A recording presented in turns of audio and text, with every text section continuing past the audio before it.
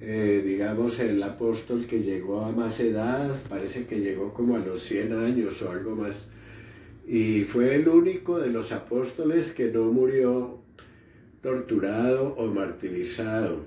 Fue el único que parece que murió de muerte natural. Él, sabemos, estuvo preso en la isla de Patmos y después al final de sus días estuvo en la iglesia de Éfeso y era uno de los ancianos de la iglesia en esa ciudad. Entonces, quisimos ver primero un panorama del libro para entrar en contexto antes de empezar con el versículo 1, porque habíamos hablado de estudiar por perícopas, o sea, por ideas completas, y decíamos que la primera idea completa va del versículo 1 al versículo 5 del primer capítulo. Pero nos pareció bien estudiar un poquito el contexto de este evangelio para ubicarlo en la Biblia como la importancia que tiene. Entonces, el primer tema que leímos hace una semana fue relacionado con el propósito de este evangelio. Y decíamos que mientras Mateo hace énfasis en el Mesías Rey, Marcos hace énfasis en el Mesías Siervo. Lucas, a su vez, hace énfasis en el Mesías Hombre. Y Juan, nuestro evangelista de interés en este momento, él hace énfasis en el Mesías Dios. Entonces, el propósito de este evangelio no parece ser recopilar los hechos que el Señor hizo y dijo durante el transcurso de sus años, mientras estuvo entre nosotros como hombre, sino más que eso, él quiso, ya viendo que los otros 3 evangelistas habían escrito los hechos del Señor, sus obras, todo lo que había hecho durante ese tiempo y lo que había enseñado. Juan ya no quiere hacer lo mismo en su evangelio, sino profundizar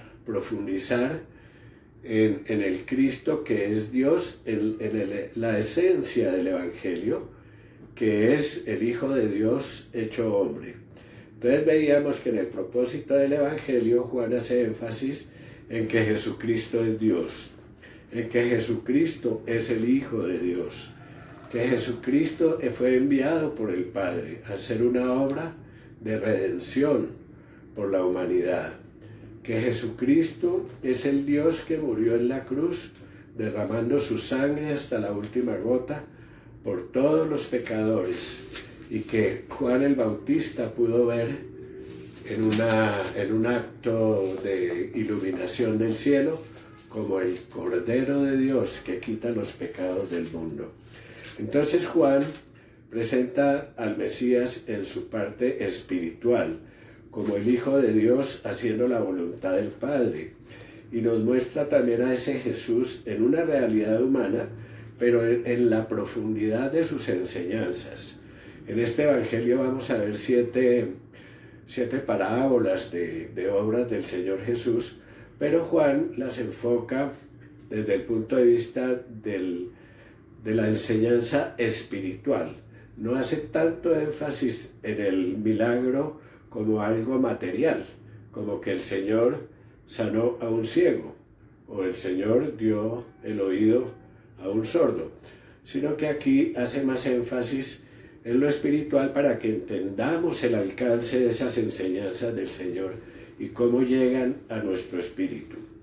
Entonces, él muestra a nuestro Señor Jesús como el Mesías que es Dios salvando a la humanidad, y que todo aquel que en él crea y reciba sus enseñanzas, reciba su evangelio, entonces tiene vida eterna, será salvo y ya no dependerá de sí mismo, sino de esa obra que hizo el Señor en la cruz para salvarle. Ese es como el propósito del evangelio. Hoy vamos a leer un poquito más en el panorama acerca de las particularidades de ese evangelio. O sea, particularidades significa que lo hace un poco diferente de los otros tres evangelios. Dice así: el punto de partida del cuarto evangelista para su consideración del Mesías no es el mismo que el de Mateo, Marcos y Lucas. Juan busca otros enfoques, de manera que a menudo se refiere a situaciones y eventos o incluye palabras, enseñanzas y discursos de Jesús no atestiguados por los sinópticos. Recordemos que los sinópticos se refiere a los evangelios anteriores de Mateo, Marcos y Lucas. Esto permite suponer que probablemente Juan, contando con alguna fuente de información propia, pudo ampliar determinados datos conocidos y transmitidos por aquellos, sobre todo teniendo presente que, de acuerdo con el criterio más ampliamente aceptado, la redacción del cuarto evangelio tuvo lugar después de la aparición de los otros tres, en fechas próximas ya al final del siglo I. Un aspecto singular de este evangelio es el interés que muestra por dejar constancia de la localización de los acontecimientos. Y curiosamente, en tanto que Mateo, Marcos y Lucas prestan mayor atención a la actividad desarrollada por Jesús en Galilea, Juan se fija de modo especial en los hechos que tienen lugar en Jerusalén. Al propio tiempo pone de relieve que determinadas fiestas del calendario judío parecen marcar los momentos escogidos por el Señor para entrar en la ciudad: la Pascua, los tabernáculos, la dedicación del templo e incluso una fiesta no precisada. Hago aquí un paréntesis. Está diciendo el escritor de este texto que Juan hace énfasis a nuestro Señor ejerciendo su ministerio en Jerusalén y que aprovecha por lo general las fiestas de los judíos para llegar a Jerusalén a enseñarles, a hablarles, a hacer sus obras y a estar con ellos juntos en Jerusalén con el pueblo judío que se reunía para las fiestas. Y el Señor lo hace porque en esas fiestas judías venían judíos de todas las ciudades, de todas las regiones, de todo el país, y se acumulaba gran cantidad de gente en las fiestas, por ejemplo en la Pascua o en los tabernáculos. Entonces, aprovechando esas multitudes, el Señor iba a Jerusalén y ejercía allí su ministerio. Continúo. Esta relación simultánea de Jesús con Jerusalén y con las festividades judías es uno de los elementos de composición que contribuyen a dar al texto de este evangelio su peculiar colorido. Pero no es el único, pues existen otros rasgos igualmente característicos que es menester tener presentes. Destacan entre ellos, por ejemplo, el lenguaje simbólico. Juan utiliza lenguaje simbólico cuando se refiere al verbo, al agua, al pan, a la luz. Él dice que Jesús es el verbo, el agua, el pan y la luz.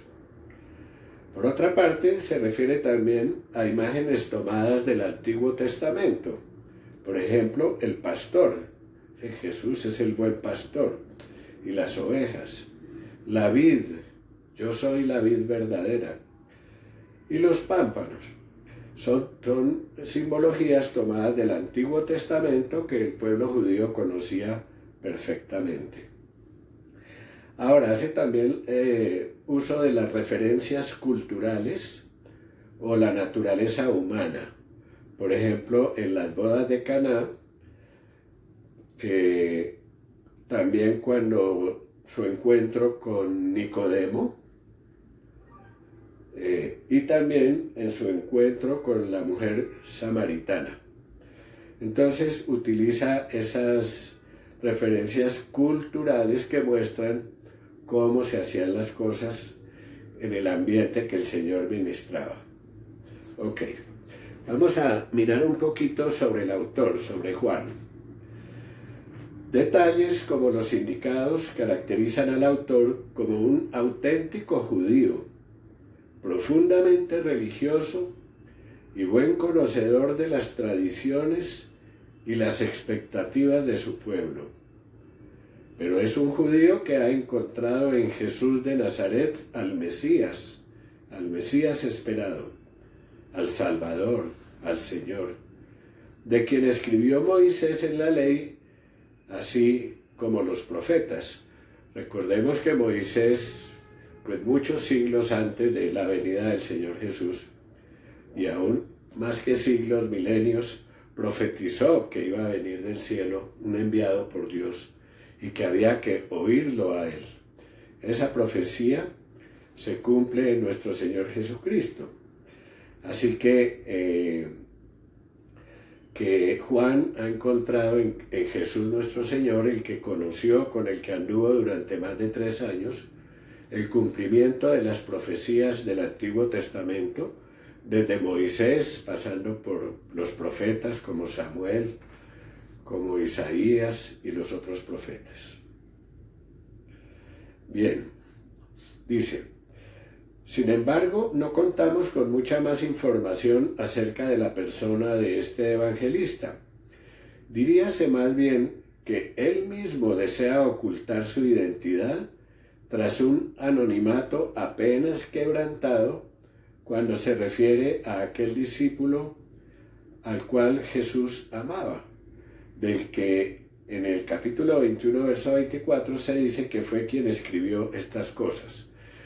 Es decir, que en Juan vemos que él no se menciona en el Evangelio, ni dice yo lo escribí, ni se nombra, trata de permanecer en el anonimato, pero solo hay un versículo donde dice que ese Evangelio lo escribió el discípulo a quien el Señor amaba, y la Escritura se refiere a Juan cuando habla del discípulo amado por el Señor, el que recostó su cabeza en el pecho del Señor y el Señor lo amaba. Por eso tenemos la certeza de que fue Juan mismo quien escribió esto a pesar de su anonimato. La tradición atribuye el Evangelio a Juan, el hijo de Zebedeo, hermano de Jacobo, y esto pues viene desde los tiempos antiguos. Ese es Juan. Veamos un poquito sobre el contenido del Evangelio. A lo largo de los años se han hecho diversos esfuerzos por establecer de algún modo la cronología de los sucesos referidos en el cuarto Evangelio, o por agrupar lógicamente sus elementos literarios. Como es evidente que el propósito de Juan no fue redactar una crónica, sino crear una atmósfera de reflexión que conduzca al lector a la fe en Jesucristo, el Hijo de Dios, la composición del libro también debe considerarse desde este punto de vista. Esto que acabamos de leer es importante porque nuestro razonamiento lógico, todos los seres humanos, tendemos a razonar conforme a la lógica. Y cada que leemos alguna historia bíblica, casi siempre pensamos que está escrita en orden cronológico, como fueron sucediendo las cosas, que la parábola 2 ocurrió después de la enseñanza de la parábola 1, pero no es así en las Escrituras, porque en el caso de Juan específicamente no se encuentra que haya una cronología, es que él se haya dedicado a narrar el movimiento del Señor Jesús en su ministerio conforme al tiempo, sino se dedica más bien a hacer ciertos énfasis espirituales. Entonces no pensemos que todo lo que encontramos escrito en la palabra está cronológicamente ordenado. De otra parte, lo que sí resulta claro en una primera aproximación al texto es su división en 2 grandes secciones. O sea, todo el Evangelio lo podemos dividir en 2. De ellas, La una llega hasta el final del capítulo 12, del capítulo 1 al 12, y está centrada en el ministerio público de Jesús. La otra parte, o sea, del 13 al 21, narra lo acaecido en Jerusalén durante la última semana de la vida terrenal de Jesús, incluyendo su pasión y muerte y su resurrección. Entonces, ya tenemos una claridad importante. Este evangelio tiene dos grandes divisiones. Del capítulo 1 al 12 narra hechos del Señor Jesús, principalmente en Jerusalén. Y del 13 al 21 se dedica exclusivamente a la última semana del Señor. La última semana en Jerusalén, cuando ya iba a ser arrestado y puesto en la cruz. Es decir, que incluye su pasión y muerte y aún su resurrección, que fue 3 días después. Entonces, esos capítulos del 13 al 21 se refieren a la última semana del Señor entre nosotros, entre los terrenales. El bloque de capítulos que forma la primera sección del libro se abre con un prólogo que, con resonancias de Génesis 1:1, exalta la encarnación de la palabra de Dios eterna y creadora en la persona de Jesús el Cristo. Junto a otros asuntos, el Evangelio refiere aquí un total de 7 milagros, o señales. Juan no los llama milagros sino señales, realizadas por el Señor para manifestar su gloria y para que sus discípulos creyeran en Él. Entonces las 7 señales, como las llama Juan, o milagros, son las siguientes: la conversión del agua en vino, la parábola la conocemos en las bodas de Caná; la curación del hijo de un oficial del rey; la curación de un paralítico; cuarto, la alimentación de los 5.000, esa parábola sí está en los evangelios sinópticos; quinto, Jesús camina sobre las aguas; sexto, la curación de un ciego de nacimiento; y séptimo, la resurrección de Lázaro. Son las 7 señales o milagros que hizo el Señor según el Evangelio de Juan. Sabemos que el Señor hizo muchos más milagros y señales, tanto que no cabrían en los libros si se hubieran podido escribir todos, porque el Señor hacía esto permanentemente. Pero los que quedaron por obra del Espíritu Santo, escritos aquí en las Escrituras, son los que narraron los evangelistas, en el caso de Juan, estos 7. Respecto a estos actos milagrosos, es importante subrayar lo que también se percibe en primer lugar en la intención del evangelista, a saber, su propósito de destacar el sentido profundo de esos milagros como manifestaciones de la actividad mesiánica de Jesús. A dar realce a este enfoque contribuyen los diálogos y discursos que en diversas ocasiones acompañan al relato de las señales. La segunda parte del libro muestra a Jesús en su enfrentamiento con los poderes públicos, representados particularmente por las autoridades religiosas judías. Encabeza la sección el lavamiento de los pies de los discípulos y la predicción de la traición de Judas. Viene luego un largo discurso dirigido a los discípulos, esto está en los capítulos del 14 al 16, que concluye con una oración conocida como la oración sacerdotal, que está en el capítulo 17. Los capítulos 18 y 19 contienen el relato del arresto, juicio, muerte y sepultura de Jesús, en el 18 y 19. Y los capítulos 20 y 21 son el testimonio que Juan rinde de la resurrección de Jesús y de las diversas apariciones del resucitado. Bien, vamos a dejar hasta ahí el panorama de este Evangelio. ¿Qué podemos concluir con esta lectura?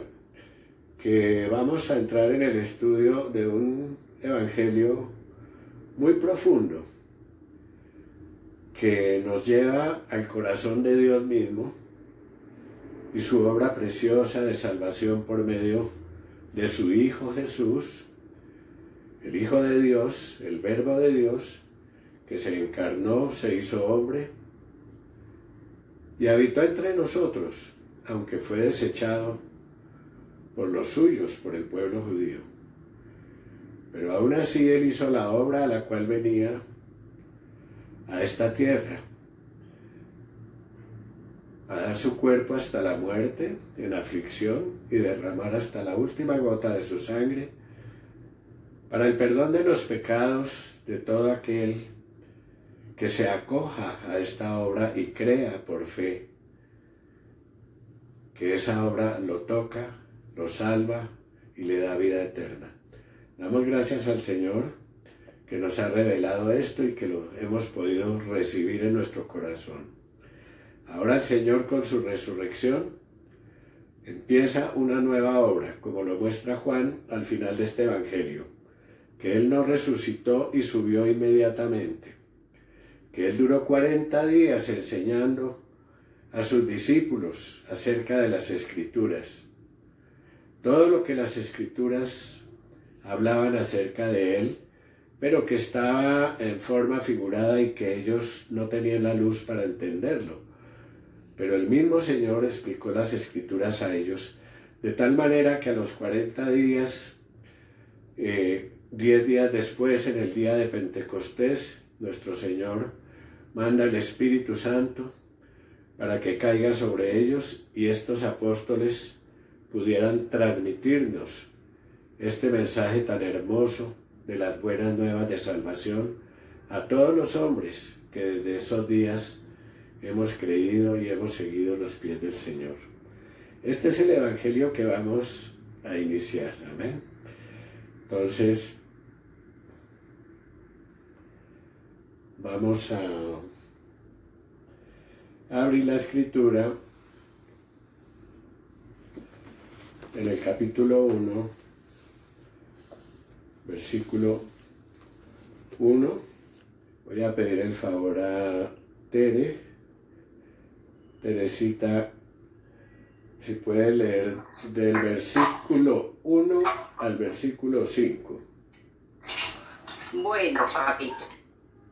Listo. Del 1 al 5, Fabito. Sí, del 1 al 5 primero. Bueno. En el principio era el Verbo, y el Verbo era con Dios, y el Verbo era Dios. Este era en el principio con Dios. Todas las cosas por Él fueron hechas, y sin Él nada de lo que ha sido hecho fue hecho. En Él estaba la vida, y la vida era la luz de los hombres. La luz en las tinieblas se resplandece, y las tinieblas no prevalecieron contra ella. Gracias, Tere. Hasta ahí tenemos una primera idea en el Evangelio, que es la forma como Juan presenta a nuestro Señor. Recordemos que nuestro Señor se presentó a nosotros como el Alfa y la Omega, como el principio y el fin de todas las cosas. Nuestro Señor mismo, aquí en este Evangelio, está siendo presentado al principio como el principio de todas las cosas. Entonces, vamos a dejar hasta el 5 nuestra primera parte del estudio, porque del 6 en adelante ya el Evangelio nos habla de Juan el Bautista. Entonces empecemos con el versículo 1, que dice en el principio. Esa palabra en el principio que es, la palabra es arqué, la palabra en el libro original, arqué, esa palabra del principio, que es la misma que se usa en Génesis 1:1, el primer versículo de la Biblia, cuando Dios dice: en el principio Dios creó los cielos y la tierra. Este evangelio inicia también con la misma palabra, en el principio. Entonces miremos un poquito el tema de el principio. Este principio que habla Juan es el mismo principio del cual habla Génesis 1:1, y sabemos que se refiere al principio de la creación, de lo que nosotros conocemos como la creación, todo lo que es lo material, lo que Dios hizo juntamente con el tiempo y el espacio. Ese es el principio. No podemos pensar en otro principio porque Dios es eterno y Dios se reveló como un Dios que no tiene principio ni fin. Entonces, cuando hablamos del principio, tenemos que referirnos al principio de esta creación. Entonces, Génesis 1:1 dice: en el principio Dios creó los cielos y la tierra. Empieza la Biblia en Génesis hablando de la creación de Dios. Y dice que lo primero que hizo Dios fue crear todo el lugar. Pero no dice que creó a los hombres. Dice: creó los cielos y la tierra. Es decir, que el Señor en el principio estaba creando un lugar apropiado para ubicar posteriormente a su creación más hermosa, más amada, que era al ser humano. Por ahora el Señor creó cielos y tierra. Vemos que dice cielos, lo cual nos habla de que no hay un solo cielo. A veces nosotros crecimos quizás en nuestra vida normal hablando del cielo y lo vimos siempre como uno solo, como el cielo. Pero la Escritura nos revela que hay cielos en plural, o sea que fueron varios cielos. Pero la tierra sí es una sola, de tal manera que el lugar que el Señor está preparando para el ser humano es uno solo. El Señor no iba a poner como otros lugares en el espacio para poner otros seres humanos, no. Él creó un planeta Tierra que para él en ese momento era como el lugar, como el jardín, como la casa donde iba a sembrar a los hombres. Pero Juan dice: en el principio era el verbo. Entonces, si juntamos los dos versículos, el de Juan y el de Génesis, vemos que cuando Dios creó los cielos y la tierra, el verbo de Dios estaba allí juntamente con el Padre y con el Espíritu Santo, Padre, Hijo y Espíritu Santo, en ese momento de la creación. Padre, Hijo y Espíritu Santo. En el principio era el verbo. O sea que este verbo, la palabra, que en el idioma original es el logos, en el griego el logos, el verbo de Dios, la palabra de Dios, ya estaba en el principio. ¿Por qué afirmamos esto? Porque hay doctrinas erradas que dicen que nuestro Señor Jesucristo es un ser creado. Y la Escritura nos enseña, Dios nos revela con su luz que Jesucristo no es un ser creado, que Él existía ya cuando se hizo la creación. Dice: era el verbo. Y el verbo estaba con Dios y el verbo era Dios. Es decir, que Jesús estaba como Trinidad, como divinidad en el momento de la creación, haciendo que los cielos y la tierra. Vamos a ver a nuestro Señor Jesús participando en la creación, porque también podríamos decir, bueno, de pronto Él estaba allí, pero a lo mejor estaba solo contemplando o mirando cómo el Padre hacía la creación, pero no, Él fue protagonista, todo fue hecho en Él, por Él y para Él. Entonces, Tere, tú que eres mi ayuda idónea en la lectura, Proverbio- Sí, Fabi. Proverbios 8, Proverbios 8:22.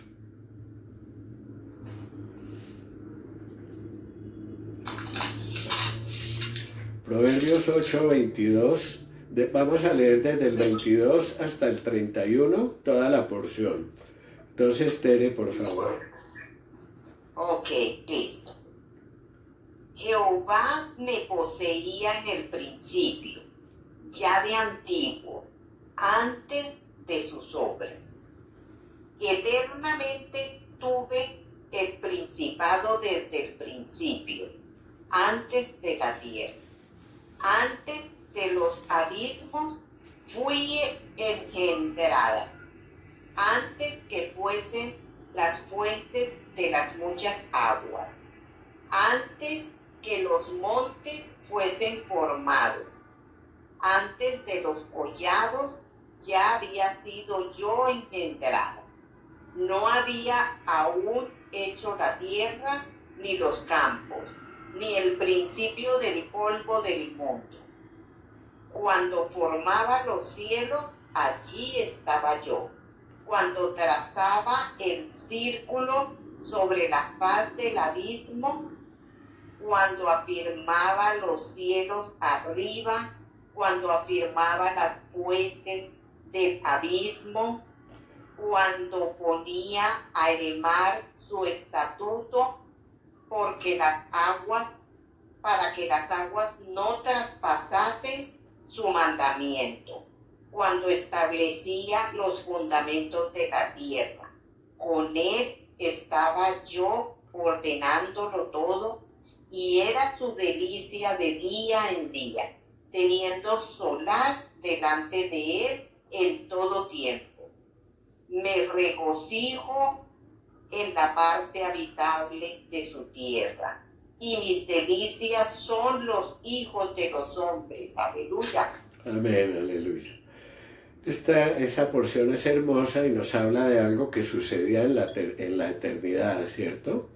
Antes de ese principio que estamos hablando, cómo el Verbo de Dios ya se regocijaba y se deleitaba con el Padre, unidos por el Espíritu Santo, cómo el uno al otro se deleitaban, porque la Escritura nos revela también que el Señor Jesús, y aquí Proverbios está hablando de la sabiduría, y dice que la sabiduría de Dios es precisamente el Señor.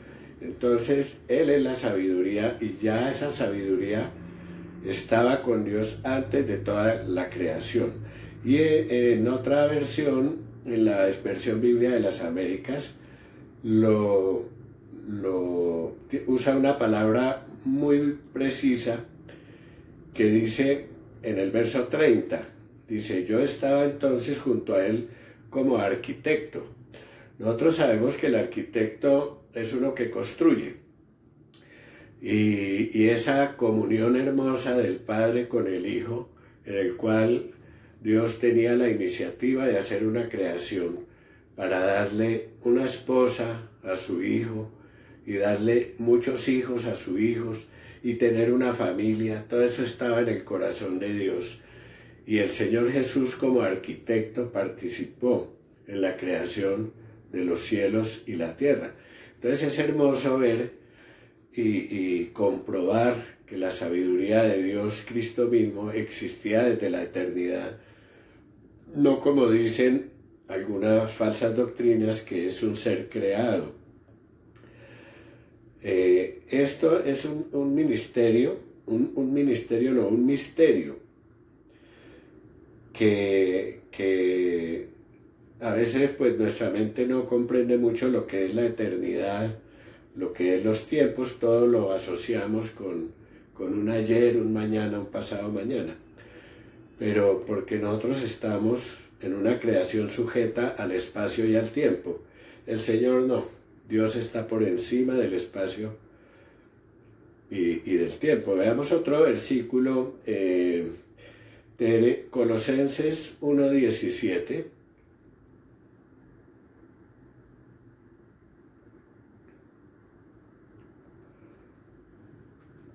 Colosenses 1:17.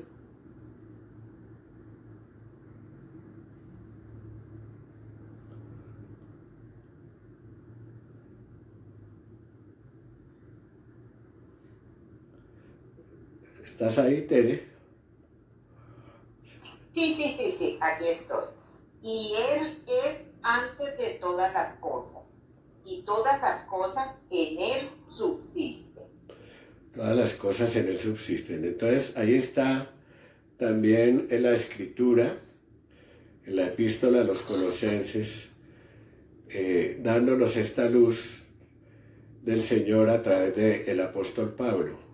Dice, y Él se está refiriendo a nuestro Señor Jesús, el Verbo de Dios, es antes de todas las cosas, lo cual reafirma lo que estamos analizando en este momento.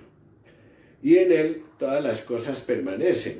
Es decir, que no solo el Señor creó las cosas y las dejó ahí al azar que siga rodando como un reloj, siga dando vueltas automáticamente, no. Dice que el Señor, en Él todas las cosas subsisten, todas las cosas permanecen. Hermanos, si nosotros tenemos cada mañana el abrir nuestros ojos, el respirar, el poder alimentarnos, el poder vivir, es porque el Señor nos sostiene con su mano y Él es el que hace que nosotros vivamos y permanezcamos. Todas las cosas, las plantas, los animales, las bestias del campo, todo subsiste porque el Señor lo sostiene, y no dice lo sostendrá o lo sostuvo, sino es un eterno presente. El Señor es quien sostiene todas las cosas. Por eso, cuando los hombres dicen, yo creo que Dios no existe, caramba, si ellos supieran que ellos están en ese momento respirando, es porque el Señor les está sosteniendo la vida, no dirían lo mismo. Yo creo que todos algún día pensamos, Dios no existe, o es un Dios lejano, pero no decíamos, yo me levanté esta mañana o voy a dormir esta noche porque el Señor lo quiere así y me sostiene. Qué bonito este versículo, Colosenses 1:17, que nos reafirma que el Verbo estaba antes en la eternidad y que estuvo presente en la creación. Bien, veámoslo como arquitecto, Tere, en Hebreos 1:10. Veamos al Señor Jesús como constructor de la creación. Hebreos 1:10.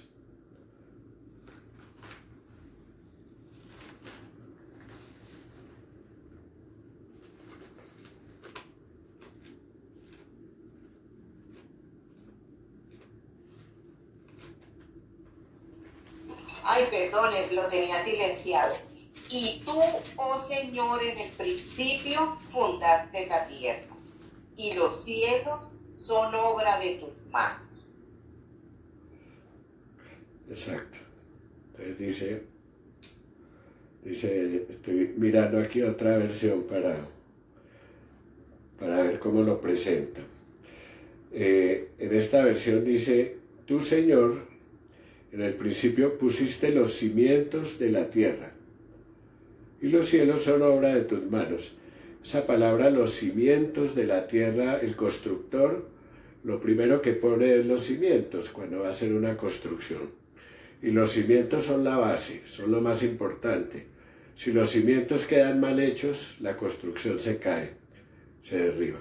Él puso unos buenos cimientos. En el caso de la creación, ¿cuáles serían los cimientos? En el caso de la creación, los cimientos serían, por ejemplo, las leyes físicas, ¿no? Las leyes de la gravitación universal, cuando nosotros hablamos de la ley de la gravedad, cuando hablamos del agua, del fuego como elementos, todos esos son los cimientos, o sea, las bases sobre las cuales el Señor creó esta creación natural en la cual nos puso a nosotros posteriormente. Bien, entonces estamos hablando de que en el principio, al momento de la creación, ya existía el Verbo. Y el Verbo estaba con Dios. Ese estaba con Dios nos habla de una familia, de una unidad, a pesar de ser personas distintas, son un solo Dios. Entonces, estaba con Dios es importante que lo tengamos claro, porque cuando el Señor dice más adelante, como en Génesis, dice hagamos al hombre a nuestra imagen y semejanza, y dice hagamos, está hablando también de una participación de la Trinidad, Padre, Hijo y Espíritu Santo, en la creación del hombre, que era su máxima creación, la que iba a poner en ese jardín que él había creado, que era el planeta Tierra. Bien, el verbo estaba con Dios, podemos verificarlo, miremoslo aquí en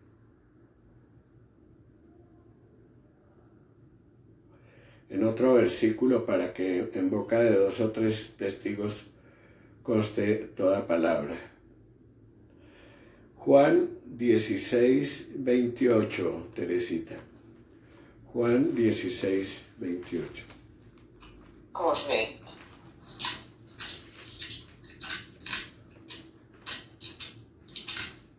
Juan 16, 28.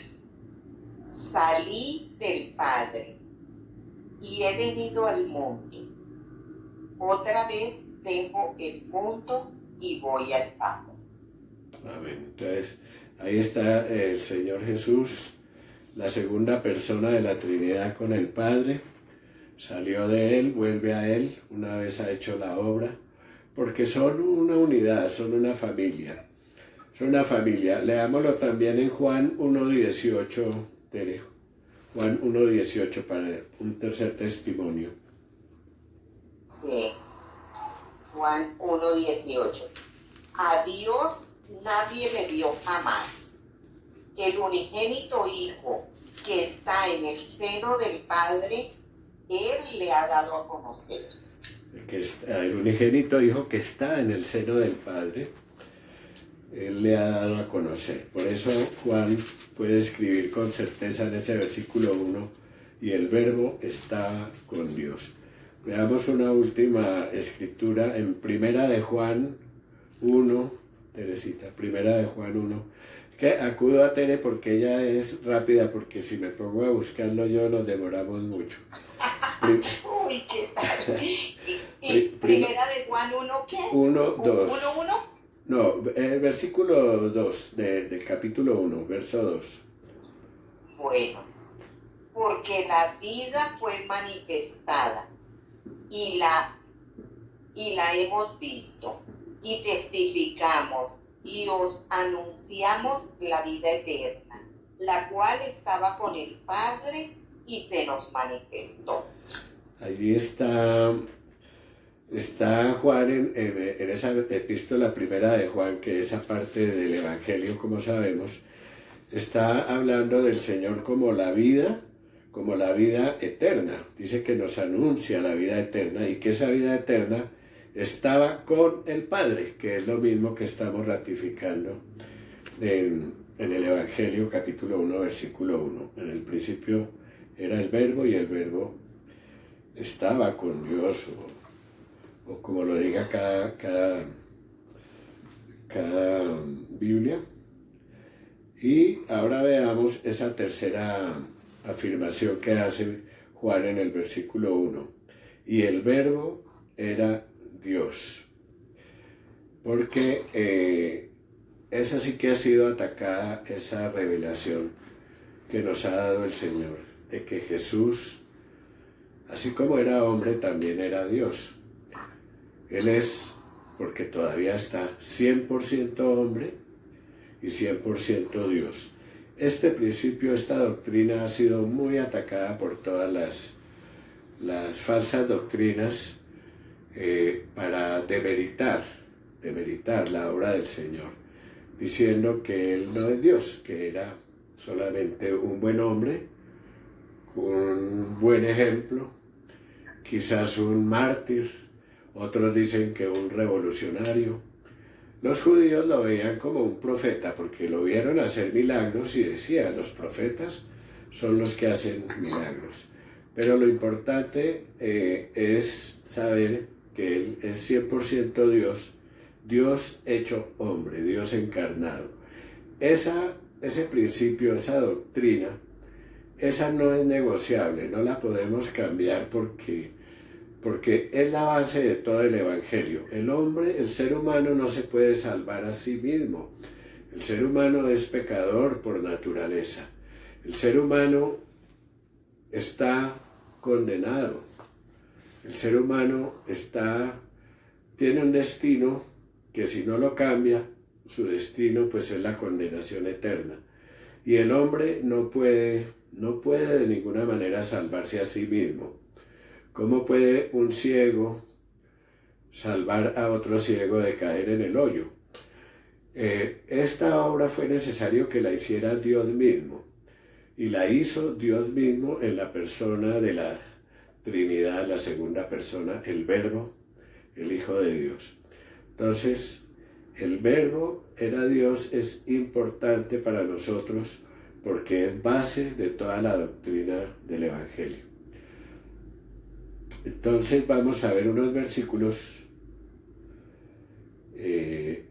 con respecto a eso. Permítanme para verificar con más versículos lo que está diciendo Juan aquí, que el Verbo era Dios. Juan fue un hombre que estuvo con el Señor durante esos 3 años y medio. Caminó con Él, comió con Él, durmió con Él. Estuvieron juntos mucho tiempo, y en ese tiempo Juan todo lo que habla puede decirlo con seguridad porque él no lo escuchó de nadie, ni se lo contaron, sino era algo que él mismo testificaba. Entonces vamos a ver un primer versículo acerca de que el Verbo es Dios. Juan, capítulo 10, versículo 30.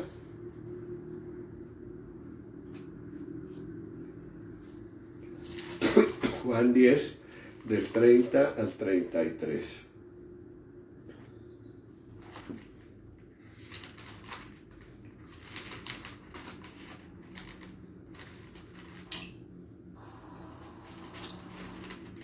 Leo, Fabito. Sí, por favor, qué pena, no te pedí. Estaba mirando aquí las versiones.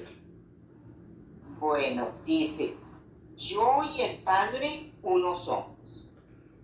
Entonces los judíos volvieron a tomar piedras para apedrear. Jesús les respondió, muchas buenas obras os he mostrado de mi Padre. ¿Por cuál de ellas me apedráis? Le respondieron los judíos diciendo, por buena obra no te apedreamos, sino por la blasfemia, porque tú, siendo hombre, te haces Dios. Claro, esa era la posición de los judíos, como comentábamos. Ellos lo ven como un hombre, pero no lo ven como Dios porque les era difícil creer que Él fuera Dios, a pesar de que estaba profetizado desde miles y cientos de años antes, cómo iba a llegar, dónde iban a ser, en qué época iban a ser, y se cumplieron todas las profecías, pero ellos, los judíos que conocían las Escrituras, sin embargo, eran ciegos, no veían el cumplimiento de las Escrituras, que decía que iban a ser en Belén y todas las profecías acerca de Él. Entonces ellos lo vieron como un hombre, pero ahí dice la Escritura, yo y el Padre somos uno, es decir, Él es Dios, el mismo Jesús se reveló como Dios. Leámoslo en Isaías 7:14.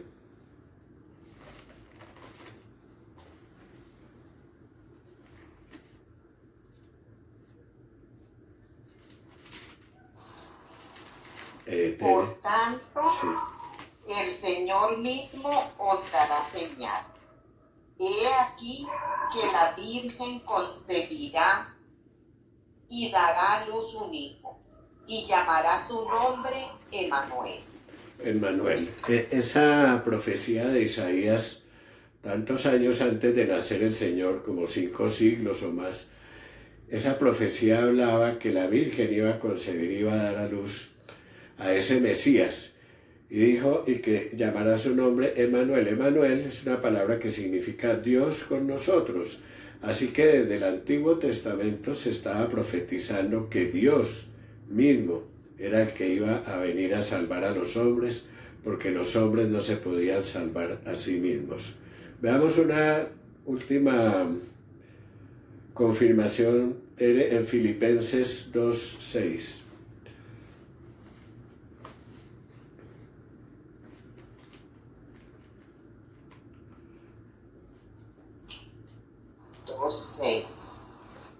El cual, siendo en forma de Dios, no estimó el ser igual a Dios como cosa a que aferrarse. Está hablando del Señor Jesús y dice que el Señor no consideró el ser igual a Dios como cosa a que aferrarse, sino que se despojó a sí mismo. El Padre le dio cuerpo humano y nació de una virgen y tuvo un cuerpo humano y se hizo hombre también. Entonces Dios hecho hombre, pero Él como hombre no perdió nunca su condición de Dios porque no podía perderla. Dios no puede negarse a sí mismo o desaparecer.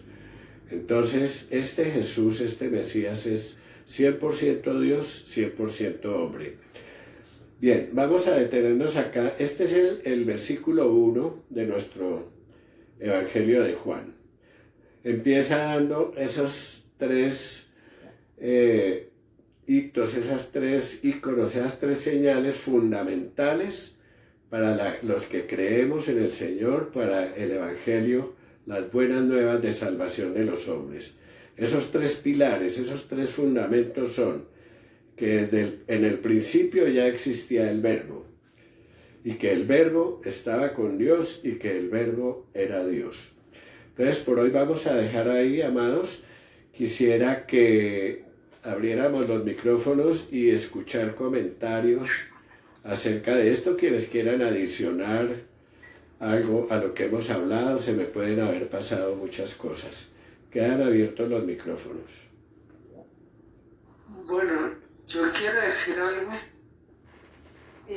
Como dice Juan capítulo 1, el Verbo es Dios. Dios es la palabra de Dios.